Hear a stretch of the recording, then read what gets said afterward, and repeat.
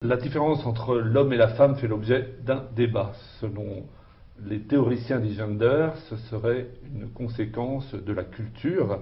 À en croire ces théoriciens, il serait bientôt possible de changer de sexe comme on change de chemise. Alors, hommes et femmes seraient-ils interchangeables? Nous recevons Marguerite Peters, qui est journaliste spécialiste de la nouvelle éthique de la gouvernance mondiale. Bonjour. Bonjour. Et puis Cyril Brun, qui est directeur de l'Observatoire sociopolitique diocésain et qui vient donc d'organiser un colloque sur ce sujet. Voilà. Alors, au congrès, vous avez participé en 2008 à un congrès pour les 20 ans de Mulieris Dignitatem. Donc, vous avez fait ça à Rome et vous avez fait à ce moment-là, Marguerite Peters, une intervention sur l'idéologie des genders. Et c'est vrai qu'en France, me semble-t-il, ce n'était pas des choses très connues. Est-ce que vous pouvez nous éclairer évidemment sur cette théorie, idéologie à voir? Alors, premièrement, je dirais que c'est étonnant que ce soit peu connu en France parce que tout est né en France dans les années 60. Alors, il faut dire plusieurs remarques introductives. Le gender n'est pas apparu dans les manuels français comme s'il s'était sorti d'une boîte de rien du tout. En réalité, le terrain culturel se prépare déjà depuis une soixantaine d'années. Le gender a été conçu dans le monde anglo-saxon dans les années 50, quand on a considéré qu'il était nécessaire d'établir une différence entre le sexe biologique et les fonctions sociales remplies par l'homme et la femme. Le gender a une double origine, une origine féministe et une origine homosexuelle, remontant donc aux années 60. Ces deux origines sont reliées entre elles par une volonté de déconstruction de l'être, de l'homme et de la femme. Les féministes considéraient que la maternité, la spontanalité, la complémentarité entre l'homme et la femme étaient des constructions sociales. Les homosexuels, quant à eux, considéraient que ce qu'ils appelaient dans leur jargon hétéronormativité, était une construction sociale. Donc ils faisaient de caractère ontologique de la personne humaine, de ce qui appartient à l'essence, à l'être de l'homme et de la femme, une construction sociale. En réalité, ça se relie tout à fait avec Jean-Paul Sartre, Simone de Beauvoir, qui se sont battus contre l'en-soi, ce qui est, pour que l'individu soit libéré des conditions de l'existence dans lesquelles il est placé pour vivre pour soi. Donc, les féministes combattaient la maternité, la complémentarité surtout anthropologique entre l'homme et la femme. Ensuite, ces idées, qui n'étaient pas rien que des idées, parce que tout un mouvement culturel et politique s'est développé entre les années 50 et les temps dans lesquels nous sommes.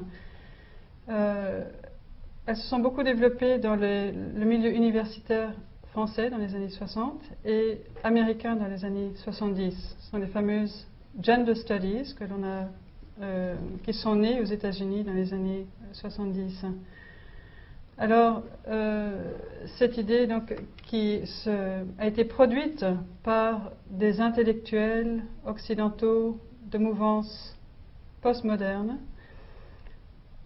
Ces idées se sont transformées en normes politiques mondiales à la conférence de Pékin sur la femme qui a eu lieu en 1995 et qui a forgé un prétendu consensus mondial sur les politiques concernant la femme. Donc la perspective du genre, que l'on traduit en français par égalité des sexes, curieusement, est une norme mondiale qui est imposée donc partout en Afrique, dans les pays en voie de développement. Alors, donc la théorie du gender, qui est devenue une théorie, je dirais surtout à travers la contribution française, et consiste... Américaine aussi, donc oui, donc je dirais que les Français en ont fait une théorie, les Américains en ont fait un concept, ils ont donné une puissance de transformation sociale à cette théorie. Donc les Américains, par leur dynamisme, ont développé le concept, ils l'ont transformé en moteur d'une révolution culturelle qui est beaucoup plus ample que la seule apparition dans les manuels scolaires français qui nous préoccupe pour l'instant. Alors, quelles sont les conséquences justement au plan mondial? Vous l'avez évoqué à l'instant. Donc, puisque c'est un travail de plusieurs dizaines d'années, ça fait des dizaines d'années que ce gender pollue la gouvernance mondiale, l'éthique mondiale. Quelles sont les conséquences que vous connaissez, que vous remarquez? Je voyage fréquemment en Afrique et je constate qu'il n'y a plus un seul programme d'aide au développement qui soit financé s'il n'inclut pas la perspective du genre. Alors, en Afrique, la condition de la femme est souvent n'honore pas toujours l'égale dignité de la femme, et donc il y a un problème réel à résoudre. Mais la gouvernance mondiale, c'est-à-dire non seulement l'ONU, mais les ONG, les grandes ONG de développement, la Commission européenne, enfin tous les grands partenaires du développement africain,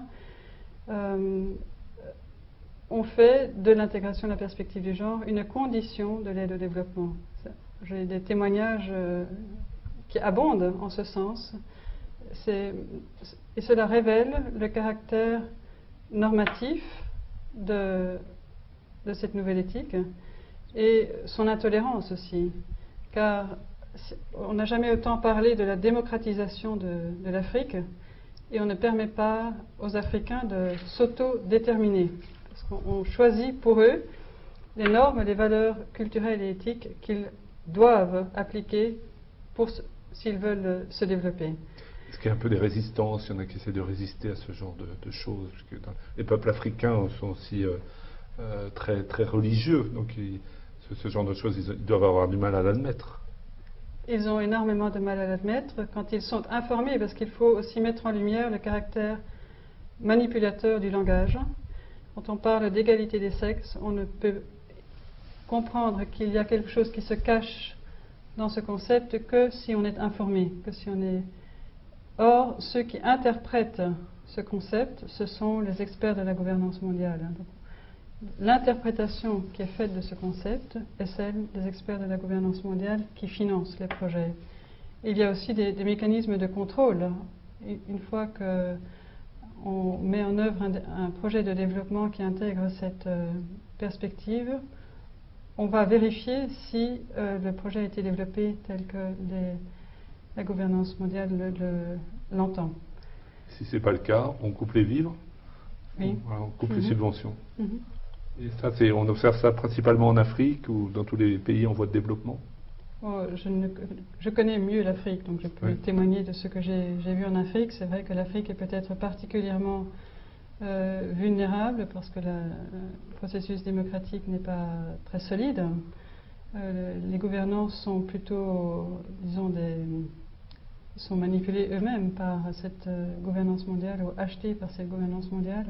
Ils ne représentent pas vraiment leur peuple, mais les nations, les peuples africains souhaitent de tout leur cœur pouvoir préserver leur culture, donc leur sens de la maternité, leur sens du sacré, leur sens de la vie, leur sens de la communauté humaine que vient casser cette norme qu'on leur impose. Alors justement, si on vient bien éclairer, qu'est-ce que vient déconstruire le gender, cette théorie?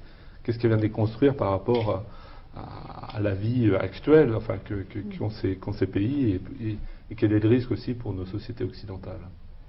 Je dirais que ce qui est déconstruit est extrêmement profond, si vous voulez. Ça remonte vraiment à l'origine de l'humanité. C'est-à-dire que le point de départ, c'est une vision anthropologique individualiste, donc purement laïque, c'est-à-dire qu'on ne considère pas l'être humain, l'homme et la femme, comme des personnes qui sont faites pour aimer, pour se donner, pour la maternité, pour la paternité.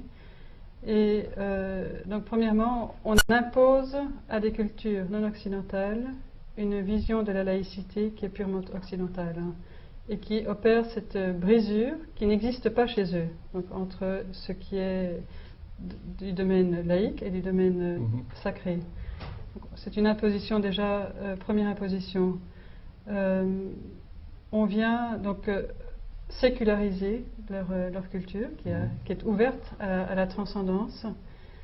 On vient donc faire de la femme un individu citoyen, laïque, qui revendique ses droits, autonome par rapport à l'homme, par rapport à son enfant. Donc on fait de la femme, on transforme la femme africaine qui a un si grand sens, justement de l'amour, de la maternité, on la transforme en pure citoyenne, ce qui est déjà tout à fait contraire à la culture. Le gender incorpore bien sûr tout le programme de la révolution sexuelle occidentale, c'est-à-dire l'accès universel à la contraception, le droit à l'avortement. Tout est dans tout. Je veux dire, le gender n'est pas un concept isolé du reste, c'est un produit de la révolution féministe et sexuelle occidentale. Et donc il incorpore tout ce que cette révolution, tous les objectifs de cette révolution. Et il contribue à les mondialiser maintenant. Nous vivons aujourd'hui la mondialisation de la révolution féministe, sexuelle, culturelle, occidentale à travers ces nouvelles normes politiques mondiales dont l'égalité des sexes, la perspective du genre n'est qu'un exemple parmi beaucoup d'autres.